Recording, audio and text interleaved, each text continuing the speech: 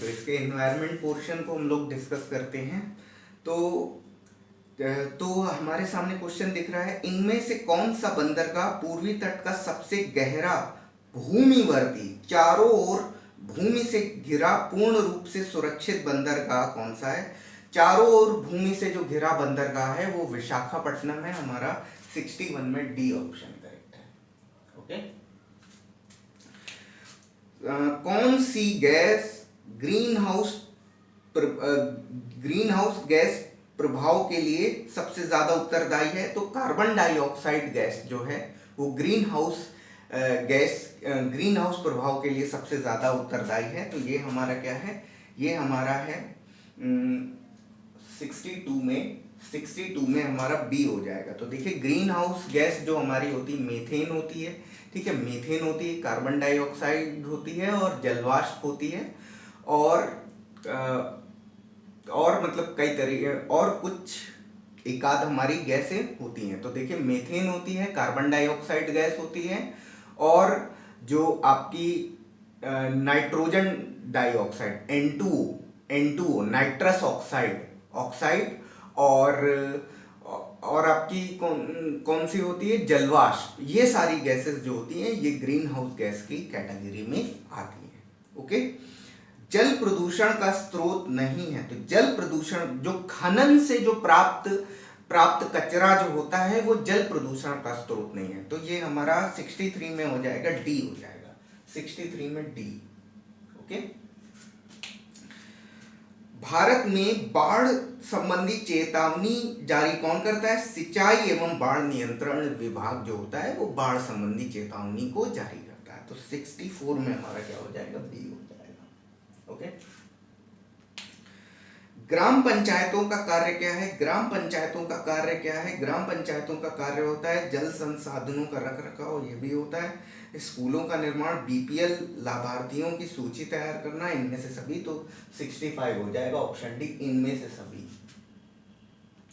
पर्यावरण अपघटन के कारण उत्पन्न होने वाली परिणामी खतरों में कौन सा शामिल है? तो ये आपका पर्यावरण अपघटन के कारण क्या होता है? भूस्खलन, बाढ़ एवं सूखा, वनों में अग्नि दुर्घटनाएं, ऑप्शन डी उपरोक्त सभी। तो इसमें जो करेक्ट ऑप्शन हो जाएगा 66 में हो जाएगा, ये हमारा बाढ़ एवं सूखा हो जाएगा, 66 में बी हो जाएगा।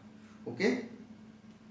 67, कौन सा राज्य इंदिरा गांधी नहर परियोजना से लाभान्वित हुआ है? तो इंदिरा गांधी परियोजना से लाभान्वित राज्य जो 4 में से है, इंदिरा गांधी परियोजना है, ये राजस्थान में है।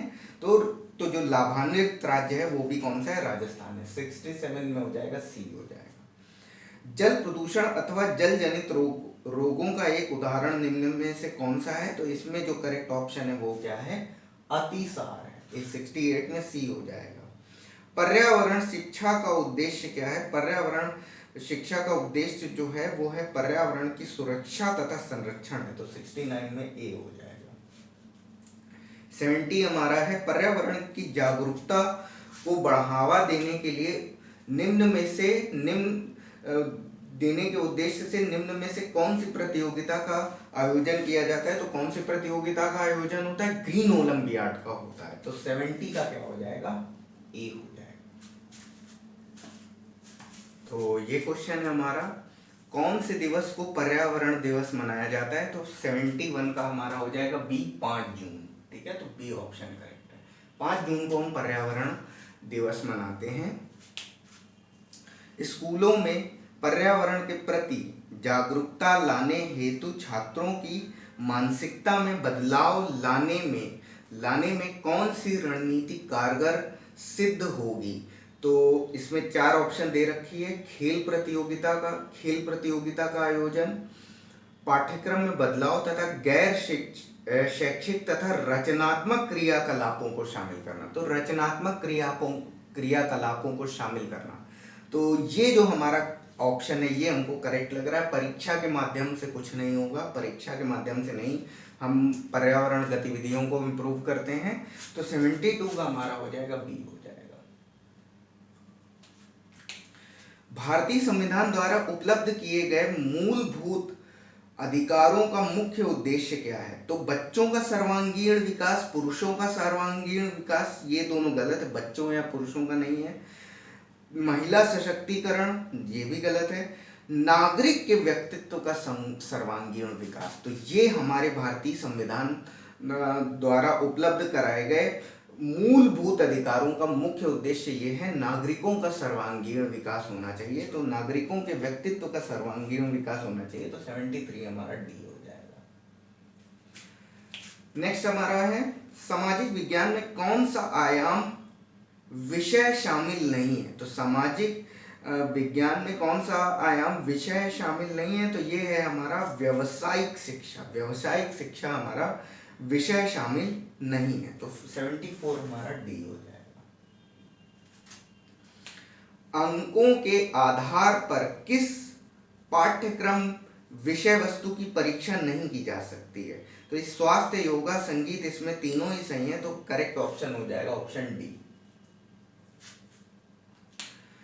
इनमें से कौन सा पर्यावरण की समस्या नहीं है? तो देखिए, जल का संरक्षण, संरक्षण यानी कि बचाव, बर्बादी होता है क्या? बर्बादी से पर्यावरण खतरे में आ जाता है, तो संरक्षण करना पर्यावरण की समस्या नहीं है, पर्यावरण के लिए अच्छी बात है। ठीक है, पर्यावरण का संरक्षण करना अच्छी बात है, और जब हम कोई चीज बर्बादी करते हैं तो वो संरक्षण के विरुद्ध कार्य होता है। तो ये हमारा जल का संरक्षण इसमें क्या है, एक पर्यावरणीय समस्या नहीं है, तो 76 में हो जाएगा, बी हो जाएगा।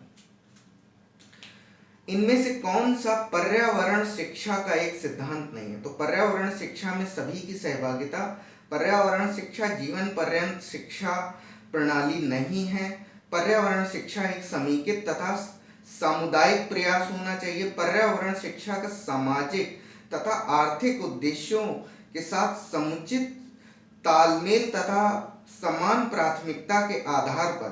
तो पर्यावरण शिक्षा में, तो पर्यावरण शिक्षा में हमारा क्या है? पर्यावरण शिक्षा हमें गलत वाला चूज करना है, तो पर्यावरण शिक्षा जीवन पर्यंत शिक्षा प्रणाली नहीं है, ये हमारा गलत है, और गलत ही हमें चूज करना है, तो 77 हो जाएगा, बी हो जाएगा। और नीली क्रांति का संबंध मत्स्य उत्पादन से, अगर हम बात करें श्वेत क्रांति हमारी दुग्ध उत्पादन से संबंधित है, और श्वेत क्रांति के जनक वर्गीस कुरियन है। वर्गीस कुरियन का जन्मदिन 26 नवंबर को हुआ था, और 26 नवंबर डेट पर ही हम क्या मनाते हैं? राष्ट्रीय दुग्ध दिवस मनाते हैं। ठीक है, और जो पीली क्रांति है वो किससे? तिलहन उत्पादन से संबंधित है, और हरित क्रांति जो है वो सब्जियों के उत्पादन से संबंधित है, और सारी क्रांतियों का जो समुच्चय है उसको हम क्या बोलते हैं? इंद्रधनुष कहते हैं। ठीक है, तो सारी क्रांतियों का समुच्चय हमारा इंद्रधनुष कहलाता है। ठीक है, तो ये जो हमारा 78 हो जाएगा, ये क्या हो जाएगा? मत्स्य उत्पादन से हो जाएगा, तो 78 सी हो जाएगा। और 79, इसमें से कौन मानव पर्यावरण का घटक नहीं है? तो भूमि, धर्म, समुदाय, परिवार। तो भूमि भी है, समुदाय भी है, परिवार भी है, धर्म नहीं है, 79 बी हो जाएगा।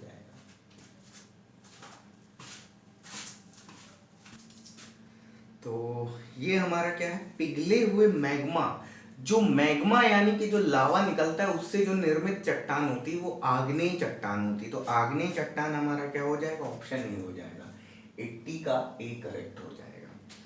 और इनमें से कौन सी गैस सूरज की घातक किरणों, पराबैंगनी किरणों से हमारी रक्षा करती? पराबैंगनी किरणों से जो रक्षा करती है वो क्या होती है? अल्ट्रावायलेट रेज से जो हमारे शरीर की रक्षा करती। देखिए जो हमारी ओजोन परत है, तो वो क्या करती? वो सूर्य से आने वाली जो हानिकारक जो पराबैंगनी यानी कि अल्ट्रावायलेट रेज को पृथ्वी पर पहुंचने से रोकती है, और वो रेज अगर आएंगी तो क्या हो जाएगा? जो आपका ह्यूमन बींग्स है उनको स्किन कैंसर वगैरह की समस्या हो जाएगी। तो इसलिए जो हमारा 81 का जो हमारा करेक्ट ऑप्शन है, ये किसको? ओजोन परत जो है वो किसको? पराबैंगनी किरणों से हमारे शरीर की रक्षा करती है, तो 81 का हमारा सी हो जाएगा। नेक्स्ट हमारा है, जब जलवाष्प वायुमंडल में अवक्षेपित संघनित होकर द्रवों के रूप में पृथ्वी पर गिरती तो उसको वर्षा कहते हैं। तो वर्षा कहते हैं, तो हमारा 82 का पी हो जाएगा। और कंटीली झाड़ियां कहाँ पाई जाती है? जो कंटीली झाड़ियां होती हैं ये गर्म तथा शुष्क मरुस्थलीय जलवायु में पाई जाती है। 83 हमारा बी हो जाएगा। ठीक है। स्वर्णिम रेशा कपास को कहते हैं। जो कपास को सफेद सोना भी कहते हैं, कपास को व्हाइट गोल्ड कपास को कहते हैं, और स्वर्णिम रेशा भी कहते हैं। तो 84 का क्या हो जाएगा? बी हो जाएगा। पृथ्वी का जुड़वा ग्रह, पृथ्वी का जुड़वा ग्रह जो है वो क्या है? वो है शुक्र ग्रह है। शुक्र ग्रह को पृथ्वी की बहन भी कहते हैं, और अरुण और वरुण को सहोदर भाई कहते हैं। तो 85 का क्या हो जाएगा? सी हो जाएगा। 85 सी हो जाएगा। विश्व में सबसे ऊंचा जो पठार है वो किसका? तिब्बत का पठार है। 86 का डी हो जाएगा। ठीक है। 85 हमारा है सी हो जाएगा। 85 सी हो जाएगा। 86 का डी हो गया। मानव निर्मित या मानव जनित आपदा का उदाहरण क्या है? तो ये रासायनिक आपदा है। तो रासायनिक आपदा हमारा सी हो जाएगा। 87 सी हो जाएगा। भोपाल गैस त्रासदी में जो गैस छोड़ी गई थी वो कौन सी थी? वो थी मेथिल आइसोसाइनाइड गैस थी। तो 88 हमारा ए हो जाएगा। और कौन सी गैस ग्रीन हाउस से संबंधित नहीं है? तो देखिए, जो कार्बन डाइऑक्साइड है, मीथेन है, नाइट्रस ऑक्साइड, ये तीनों गैसें क्या है? ग्रीन हाउस गैसें हैं। नाइट्रोजन नहीं है। तो 89 का ए हो जाएगा। और समुद्री प्रदूषण के द्वारा नष्ट हो रहे हैं, तो मैंग्रोव वन समुद्री प्रदूषण के कारण नष्ट हो रहे हैं। तो 90 हो जाएगा हमारा, डी हो जाएगा। ठीक है।